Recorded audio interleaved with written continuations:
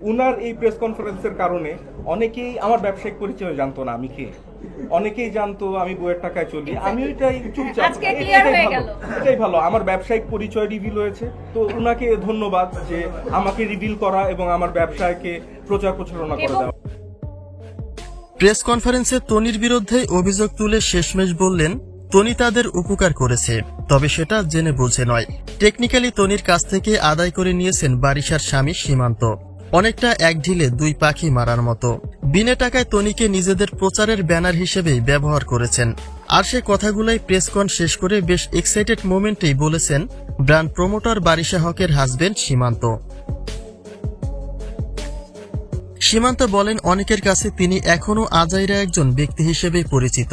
অনেকে এটাই মনে করে যে বইয়ের টাকায় চলেন তিনি, কিন্তু তা যে আসলে সঠিক ধারণা নয়, সুযোগ বুঝে সেই প্রমাণ এবার নিজেই করে দিলেন। তিনি যে একজন ব্যবসায়ী সে কথা কজন জানত, কিন্তু তনির প্রেস কনফারেন্সের জন্য এবার গোটা সোশ্যাল মিডিয়া জানতে পেরেছে যে তিনিও একটা ব্যবসা করেন, আর সেই ব্যবসায় টেকনিক্যালি তনিকে দিয়ে প্রমোট করা হয়ে গেল তার।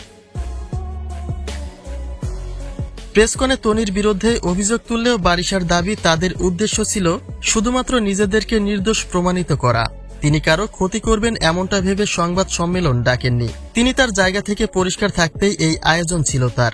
বিশেষ করে তার বিরুদ্ধে তোলা সকল অভিযোগগুলিকে ভুল প্রমাণিত করতেই এই প্রক্রিয়া বেছে নিয়েছিলেন বারিশা, কিন্তু তাতে টেকনিক্যালি তাদের উপকারটাই হয়েছে।